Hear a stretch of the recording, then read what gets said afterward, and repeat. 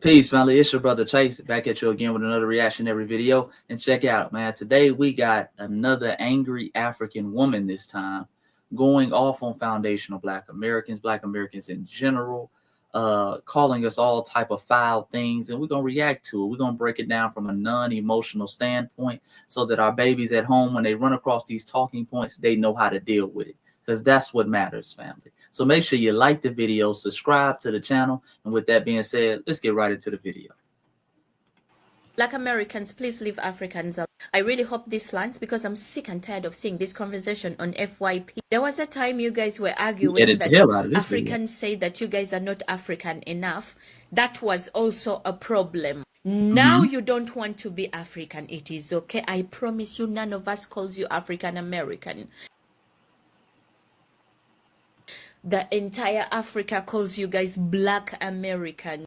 We don't think you're African Americans. We don't even think you're African. You guys are so different from, you don't. Stop the cap, man. These folks stay sitting up here capping, family. They try to Africanize everything we damn do. She's on here making this video now because she's upset that foundational Black Americans are delineating. They always say, oh, nigga, we don't care what you do. We don't care what you do, nigga. Then every time we say, oh, okay, we're just Black Americans. We have our own culture. No, nigga, you are African. You got that from Africa. Then they get over here and, oh, we don't care what you do. These folks are delusional, family. They're delusional. Okay, let's be clear. Don't have manners. We have manners. And what culture are you talking about that Africa? I know she didn't say something about manners. Oh, Lord. Hold on, family. Hold on. Let me play that back. I missed that part. Let me play that back. You guys, Black American. We don't think you're African Americans. We don't even think you're African. You guys are so different from, you don't have manners. We have manners. And ma'am, oh, Lord. You might have to send the kids out the room on it. Let me go ahead and I see now we're gonna have to take the gloves off because I see this woman is talking crazy. But the days of us letting them slide talking like this, those days are over. Manners, ma'am, you don't want to talk about manners. Family, they're sitting up there. They got all type of polluted rivers in Africa because they didn't throw so much trash and they got so much feces in it. They over there taking dumps in the river. I'm not lying, family. The scamming runs rampant over there in Africa. They got whole scams that were named and pioneered by Africans. You dig? They got the whole Nigerian prince scam. Some of these countries are known for straight up and down scamming people. We don't have manners. We don't have manners. Y'all sitting over there with some of the highest levels of paternity fraud. Yes, women like you running around Africa having babies. You don't know who the child's father is, so you pin it on the prince. Y'all be over there pinning it on the prince. This is his baby. This is his baby. Okay? Y'all be running around there lying on niggas. The paternity fraud runs rampant. Okay? Y'all sitting up there eating all type of bush meat, messing up the ecosystem. They got ecosystem reports out there in Africa talking about how they're trying to ban eating bush meat. Y'all done ate all the damn animals that keep the ecosystem balanced. Y'all eating the possums, the turtles, the manners. If you don't knock it off, you don't even want to go there, ma'am. Y'all don't even want to go there. And I'm just scratching the surface. I'm really being nice right now. Y'all need to knock it off. Let's continue. What culture are you talking about that Africans steal from you? That's the funniest bit I've heard. What culture? They're not like us. You're not like us. We're not like you. Is that your culture? Yes, ma'am. Yes, ma'am. That is part of our culture. She asked what culture and then turned around and started rapping / singing our culture. These folks have another level of delusion. And that shows you how contagious, that shows you how influential it is. Even people like her, who are grade A haters, will sit up here and ask dumbass questions like what culture while rapping our culture. She couldn't even muster up enough intellectual ability to think of something different to say. She had to go to our culture to try to diss us. She's trying to diss our culture with our cultural song. Okay? And she's not even in America. That shows you our influence. They've been playing that song on repeat around the world, family. These folks are delusional, though. I told you, these folks are delusional. Let's continue. Africa has 54 countries and we have over 1 billion tribes. Each tribe is attached to tradition and norms. We do culture things that you don't even have. For example, I am a Muganda from Uganda. That's my tribe. And we have Buganda things that we do in our Buganda kingdom. We have the Basoga, the Banyankole. Do you even know what that is? No. No. Family, let me know in the comment section. Do you know what the Buganda tribe is? Have y'all ever heard of the Buganda tribe? What she say? The Buganda people from Uganda. Boy, they original as hell with these names, ain't they? The Buganda people from Uganda. We don't know what that is, ma'am. We don't know who y'all are. We damn near don't know where y'all located. And we, most importantly, don't know anything of significance that you have done. We don't. And we shouldn't be ashamed of that, family. That's not a shame, because guess what? Most of the world, I bet you 95% of the world don't know who the hell y'all are.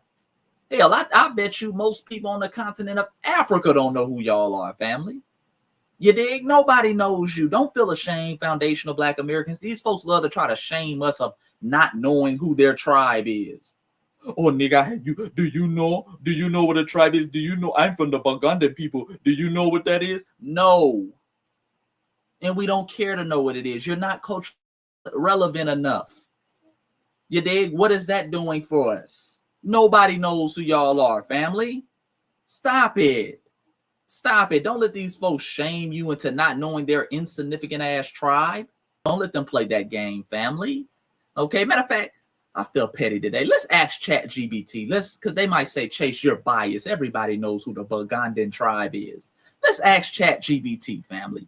What percentage of the world knows who the Bugandan tribe is? Because maybe it's just us dumb foundational Black Americans. Let's ask ChatGPT. Okay, family, as you can see, I said, what percentage of people on earth do you think have ever heard of the Bugandan tribe from Uganda? Okay, let me say it again. This is what I just put in ChatGPT. I said, what percentage of people on earth do you think have ever heard of the Bugandan tribe from Uganda? This is her tribe. Let's see what chat says, because we got to be we can't be biased. Maybe we're just the dumb ones. Okay, let's see what ChatGPT said. All right. Chat said it's difficult to give an exact percentage, but based on global awareness levels, historical presence in international media, and educational exposure, less than 1% of the global population has likely heard of the Bugandan tribe from Uganda. Oh, Lord. Okay. Then it started giving some more explanations. Let's hold on, family. Let's try it with foundational Black Americans, okay? Let's say Black Americans. What percentage of people on earth have heard of our tribe? All right, as you can see, say it, family. I said, what percentage of people on earth do you think have ever heard of Black Americans? This is ChatGPT, okay? Let's see what chat gives us. Oh, Lord. An estimated 60 to 75% of the world's population has likely heard of Black Americans, though the levels of understanding varies greatly. Oh, 75, damn it. 43 million of us, foundational Black Americans, and 75% of the whole damn world has heard of us. That lets you know where that jealousy, that hatred, and contempt comes from, family. They don't want to play this whole game of tribe versus tribe. We would wipe the floor with them. And hold on, I feel like being petty. Let's see what chat says. I wonder who is more known on the continent of Africa. Let's go to their continent. Okay, family, I said, who is more known on the continent of Africa? Black Americans or the Bugandan tribe from Uganda? Again, this is ChatGPT. This is Aunt Chase talking. Okay, this is ChatGPT. ChatGPT said Black Americans are far more widely known across of Africa than the Bugandan tribe. Oh, Lord. If you don't stop it, ma'am. If you don't stop it, if you don't knock it off, we will wipe the floor with y'all. All right, we're going to start doing these head-to-head comparisons. Nobody knows y'all. This whole thing, you trying to pull some rank because you come from a damn African tribe. Ma'am, our tribe and our ethnogenesis was rooted in resistance, rooted in culture, rooted in of knowledge of self, of heritage, of innovation. And this is why Black Americans, we're known around the world, ma'am. And that's what bites you in your ass.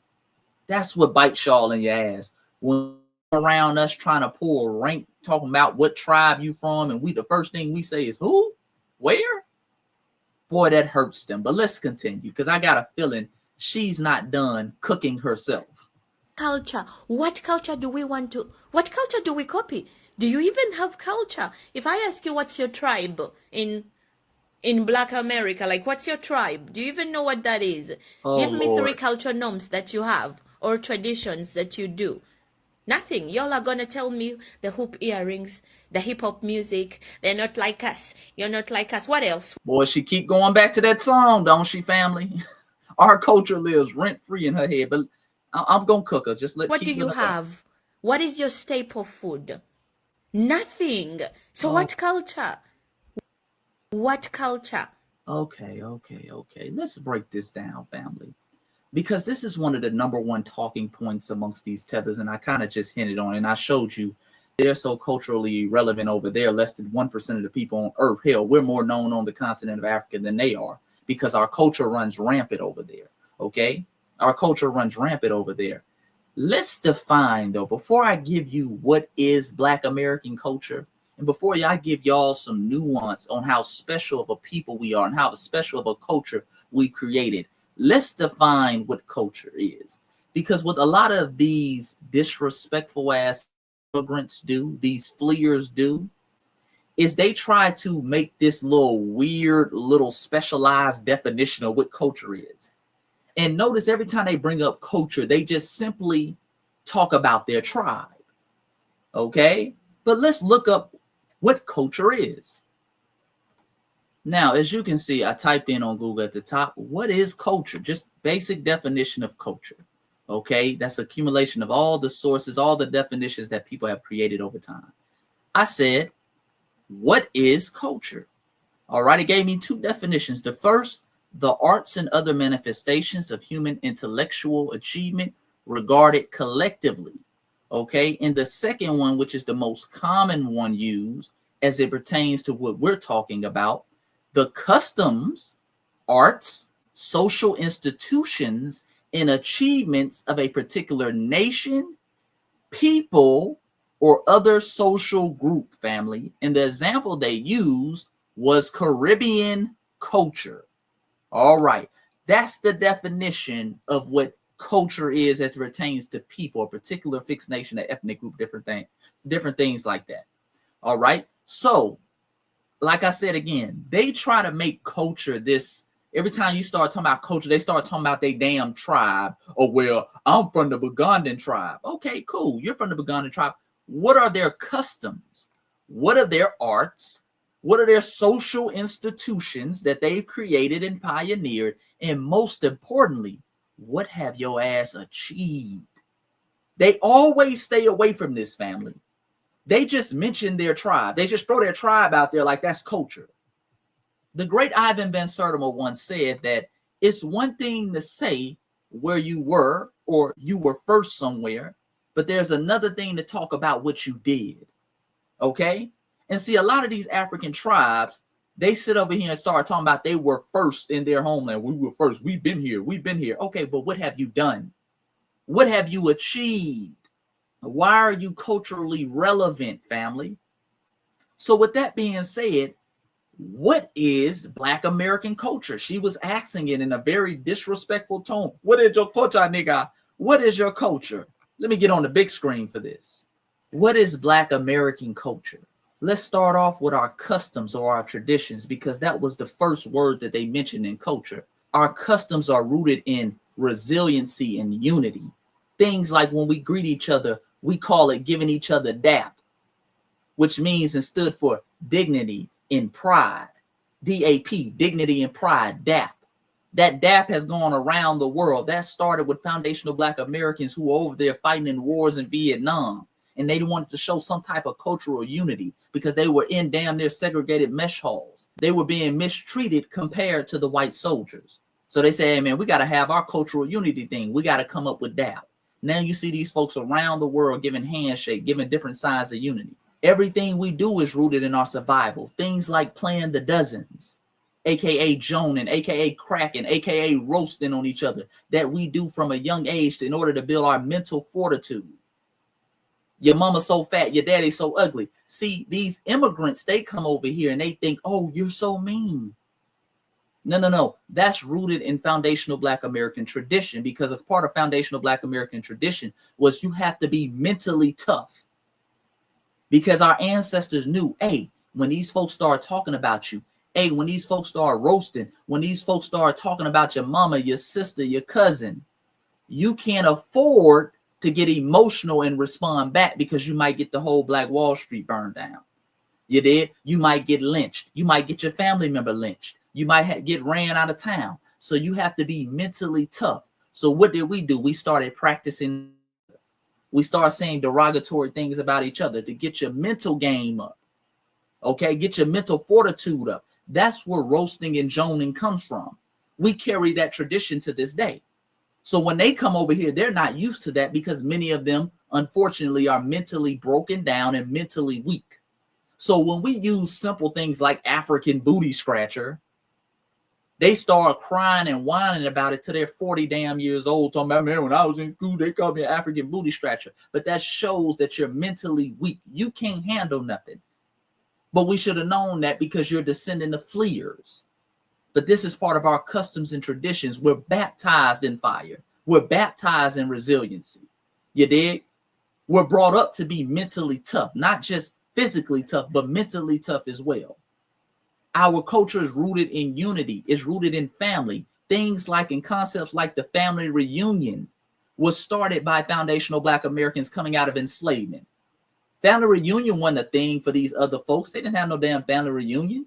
Even if you look at these other cultures now, when they leave and flee their homeland, they damn near never go back. They damn near never go back. They ain't seen some of their damn mamas and cousins in 10, 15 years. They might see them on Facebook. They might see them on Instagram. You dig? But we had a culture, a tradition of family reunion that, hey, man, once we got out of slavery, we got to get the family back together. That's a cultural tradition that was started by foundational Black Americans. Things like honor and respect. It was foundational Black Americans in South Carolina who created and started Memorial Day, honoring the troops. Let's honor our fallen soldiers. These are some of our customs. These are some of our traditions. Hey, that brother, that sister laid down their lives so we can be here right now today. It was foundational Black Americans, over 10,000 strong in South Carolina, that said, hey, we need to honor these fallen soldiers who are buried in these unmarked graves. And they held a parade. That parade later on morphed into Memorial Day, honoring of the troops. It was foundational Black Americans who honored their ancestors through spiritual practices and systems like hoodoo, okay, which often gets confused with voodoo. That was our spiritual systems that we created. Concepts like Sunday dinner, concepts like soul food. We are people of soul, okay? So we said, hey, man, Sunday dinner, we're going to get around the table and we're going to eat this soul food because it's good for our soul, because we are soul people. Okay, that's why we called each other soul man and soul brother at one point in time, because we understand we're people of the soul. One of the purest souls on earth you ever gonna meet is foundational Black Americans. We done seen it all, we done done it all, and we still walking with our head held high. And this is just to scratch the surface. Foundational Black American customs and tradition is education, is free education for all.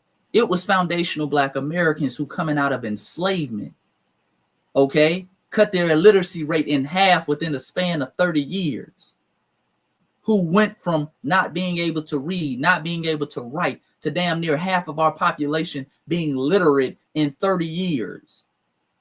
It was during that time that foundational Black Americans, especially in the South, gave birth to the free public school system. There was no such thing as free public schools. Everybody had to go to private schools. That's how the Ivy League started. The Ivy Leagues were private schools. You had school was for the super rich, okay? But it was foundational Black Americans who said, hey, man, coming out of here, we're going to have these freedmen schools, and we're going to educate our babies so that the next generation, they know how to read. They know how to write with the best in the world.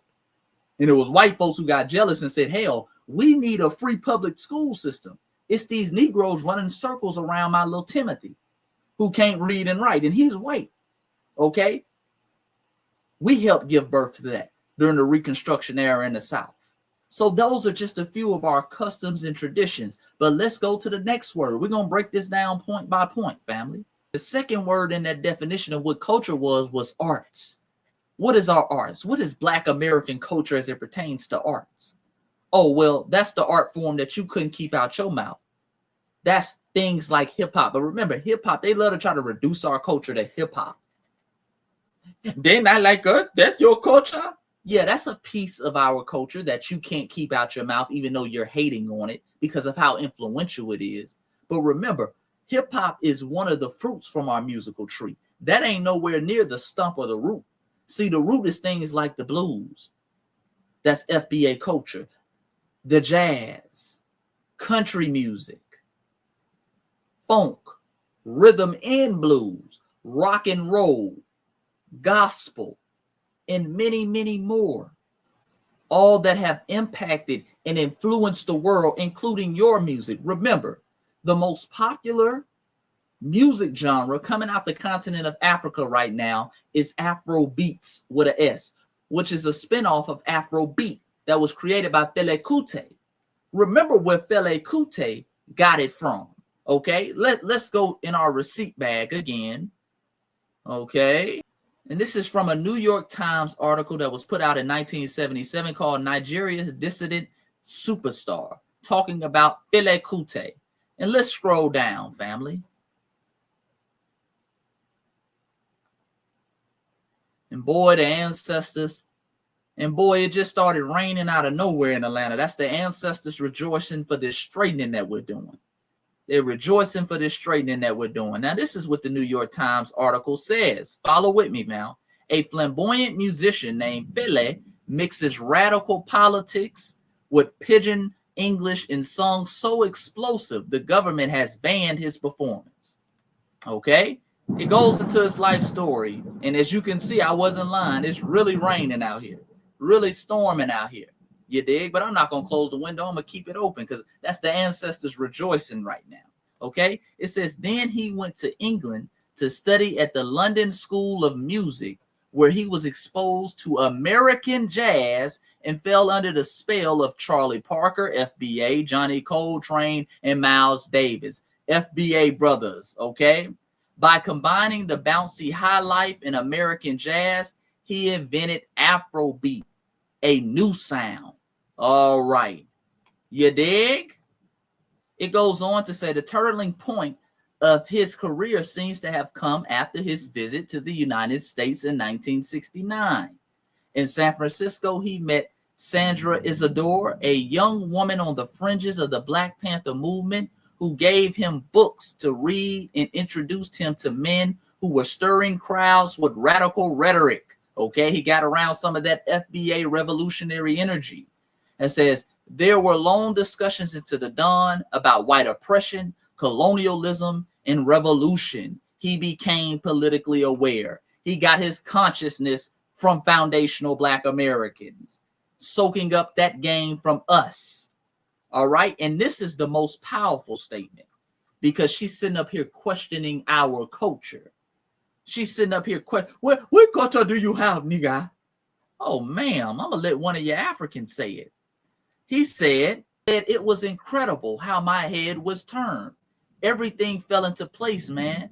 Dele says, for the first time, I saw the essence of Blackism, aka Black nationalism.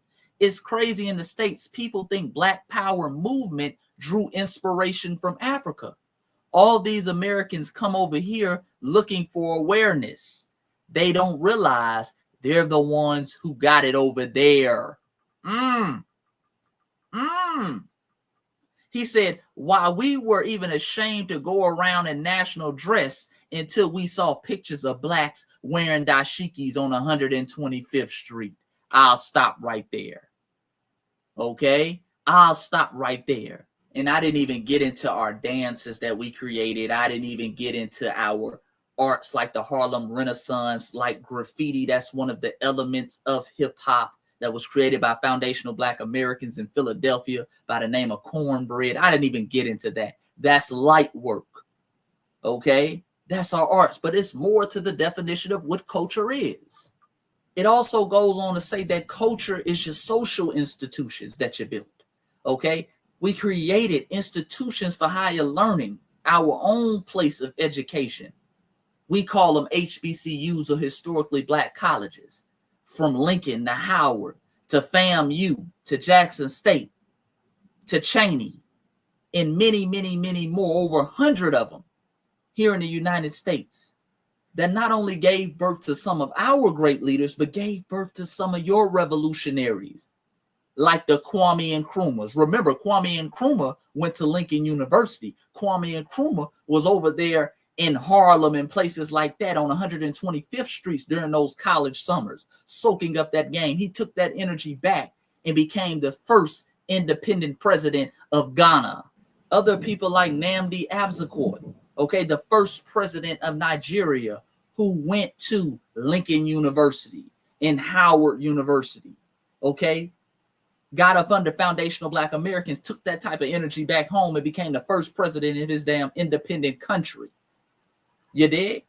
Those are the social institutions that we pioneered and we created, and we made it possible for you to go to. Institutions and organizations that we created, like SNCC, okay, the Student Nonviolent Coordinating Committee, that helped fight for civil rights.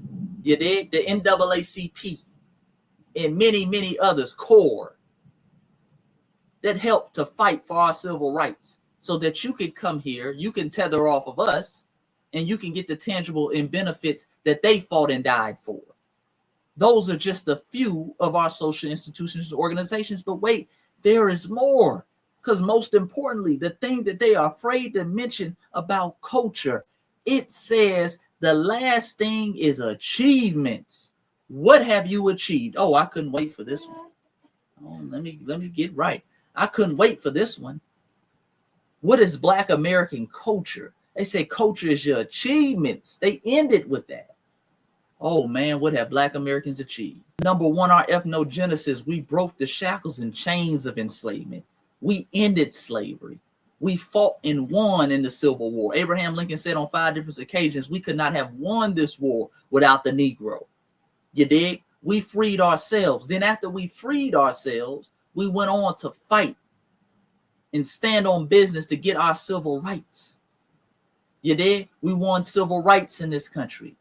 And meanwhile, during that time period, while we're stumping, we're breaking the chains of enslavement, we're fighting for our civil rights, we're building Black Wall Streets across this country, not just the one in Tulsa, okay? But from Tulsa to Rosewood, Florida, to Edenville, Florida, to the Villa down in Jacksonville, Florida, to the Ville up in St. Louis, Missouri, to Jackson Ward in Virginia. You dig? To Durham out there in North Carolina, to Auburn Avenue right here where I'm at in Atlanta, Georgia. We built metropolises across this country, Black business centers. We did what y'all can't seem to do in Africa to no consistent scale, even though that you're 99.9% of the damn population where you live. And even after they burned them down, we build them up again. We build them up again, which gave birth to the $1.8 trillion of spending power that we have. What have we achieved? We have masters of inventors that come from our Black American heritage and lineage. People like Garrett Morgan, who created those traffic lights that you see in your homeland, who created the gas mask that's probably part of every fire station in the world. People like Lewis Latimer, who created the filament for the light bulb. People like Maria Van Braun, who created the home security system that you use to lock up your house because you're so afraid of your damn tribe and your homeland. That's why you had to flee. People like Frederick McKinley Jones, who revolutionized the food industry with his first refrigerated truck, so that your food can stay cold from one destination to another, so you can have that bush meat on time in Sweden. Sisters like Gladys Mae West, who helped invent GPS, so you can get from one destination to another flawlessly. And many, many others, family. Put some of our inventors in the comment section. They rejoice when you do that. Put some of our inventors. I can go on and on and on. So when you speak on what is Black American culture, all you got to know is it's the premier culture. And I'm going to say this right now, and I don't care how people feel about it. It's only one culture in history that can maybe give us a run for our money as foundational Black Americans. Only one, and that's the ancient Egyptians. That's the only culture who can maybe give us a run for our money. Other than that, we wash all of y'all culture. If you want to play this game of culturalists, if you want to play that game, we wash everybody's culture. You dig? Because all we've done is achieve, innovate, and keep our head up high and keep our moral dignity and principles in doing it. You dig? We are the culture. We are Black Americans. But let's continue back to the video. We don't quote Martin Luther King. We quote Nelson Mandela. It is you who flock Africa coming to look for him. You'll be flocking Ghana, Nigeria, looking for those ancient slave markets. And now all of a sudden you don't want to be attached to slavery because your ancestors were lied to with a piece of candy and they left. I know ancestors. I know. Boy, it's raining like hell outside. Boy, they want me to do some straightening so bad. I got you, ancestors. Lord, number one, she said that we don't quote Dr. King. We quote Nelson Mandela. You dumb bimbo. Oh, Lord, you dumb bimbo. Mandela was quoting Dr. King. Mandela was quoting Dr. King. In two of the biggest speeches of his life, he started quoting Dr. King. Okay, you don't believe me? Let's go here. Okay, now, family, this is Nelson Mandela accepting his Nobel Peace Prize. I believe this was in 94, 93, 94. I can't remember exactly. And this is him. He's going to start mentioning and quoting Dr. King. It will not be presumptuous of us if we also add, among our predecessors, the name of another outstanding Nobel Peace Prize winner, the late African-American statesman and internationalist, the Reverend Martin Luther King Jr. Okay. Oh, Lord. Okay, let us continue. He, too, grappled with and died in the effort to make a contribution to the just solution of the same great issues of the day which we have had to face as South Africans. Let the strivings of us all prove Martin Luther King Jr.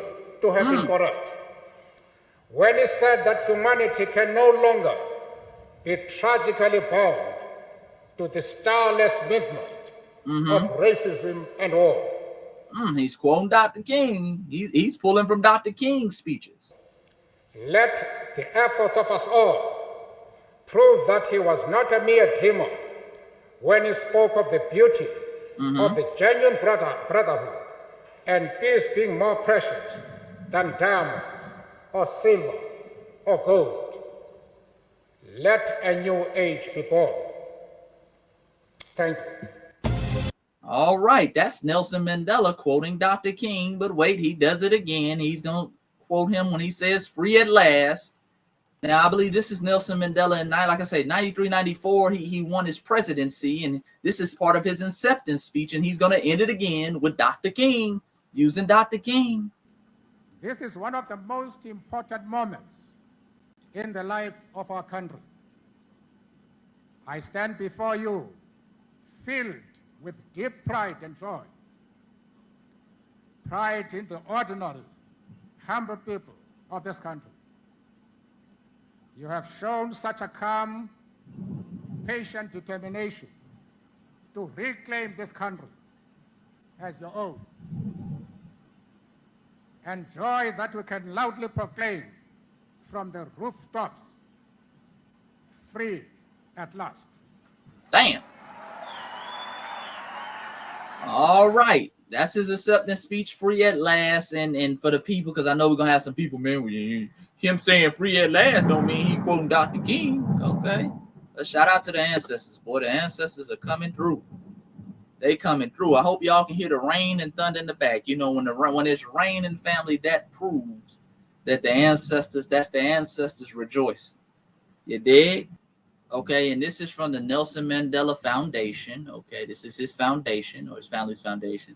It says, during the ANC's election victory celebrations in 1994, it gives his African name, but Mandela echoed the I Have a Dream speech with the words, free at last. All right, so there it is, family. That's, again, proof. Number two, she also tried to be slick, and she tried to mention y'all running over here. Man, foundational Black Americans ain't running nowhere. Let's be clear. We ain't running nowhere. They always try to hype up like we're moving to Africa in droves. We're not moving to nowhere in droves, family. We're not moving nowhere in droves. Even places like Ghana, they always act like there's so many Black Americans moving to Ghana. Ghana only has about 15,000 Black Americans, people of Black American descent. Now, you compare that to how many Africans we got over here. You dig? It's millions of them. Let's be clear. We got a very, very small number. And the people who are going over there to Africa already are going over there with a bag. So it's not like they're coming over there begging and pleading. They just going over there. You dig? They already have a bag. That's more like a celebrity thing. That's more so like just kind of like a symbolic type thing. Many of them folks don't even stay over there all year. They go over there for 6 months and then they be back over here. Okay. And like I say, just look on YouTube. You can find hundreds of videos of people talking about they moved to Ghana and they came their ass right back. All right. Let's be clear. Ain't nobody running to Africa like that. That's a lie. See, that's a projection. They're the ones fleeing their homeland. Now they want to project that fleeing image onto us. No, we ain't fleeing. We ain't fleeing like that. That's minuscule. Most foundational Black Americans don't even know nobody living in Africa at all. Number three, she tried to lie and start ashamed of slavery. No. We're not ashamed of our ancestors who on those plantations. Their strength, their unity, their ability to survive is the reason why we're here today. That created our beautiful ethnogenesis. That gave birth to our culture that I just explained. We're not ashamed of that. Okay, ma'am? And she also at the end tried to throw in a little slick, because they got tricked out with a piece of candy and they ended up on a ship. They love to romanticize what happened during the slave trade in order to shield their involvement. But before we even get into that, number one, you got to understand this, that majority of us, okay, did not come through the transatlantic slave trade. Remember, family, only about 4 to 6% of the Africans who came through the transatlantic slave trade came to the United States of America. That's a fact, family. That's a fact. Again, as I share my screen, you can see this is from sources like National Park Service, Low Country Digital History Initiative, and thehistory.com. Approximately 4% of the enslaved Africans transported during the Middle Passage were sent to North America, which is a relatively small percentage compared to the numbers sent to the Caribbean and Brazil. Historians estimate that about 12.5 million enslaved Africans were forcibly transferred to the Americas, with roughly 10.7 million disembarking alive. Of those, about 388,000 arrived in North America, while the vast majority were sent to the Caribbean and Brazil. Okay, so about 4%. Okay, about 4%, family. So again, about 4%, roughly a very small percentage, okay? So when they start talking all that you got lied to, Andy, okay? No.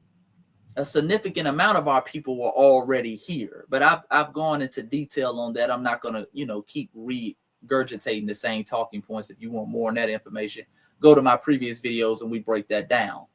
Also, they love trying to romanticize the slave trade because they want to refuse to acknowledge their involvement in it, okay?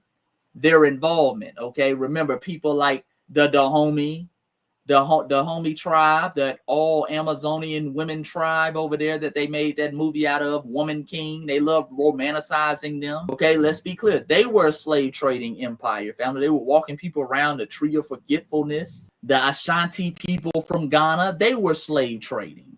The Yoruba people, especially out of that Oya empire, they were slave trading. Ironically, the Yoruba people came up with that word Akata, that disrespectful ass term that they call foundational Black Americans. Okay, you dig? So y'all were very involved in the slave trade, and the only thing is y'all got finessed back.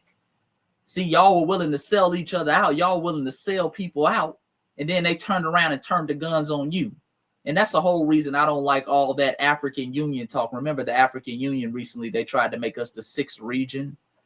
Okay, and now they want to represent us in our reparation claim. Hell no. Okay, you can't benefit from the slave trade and then want to benefit from the victims as well.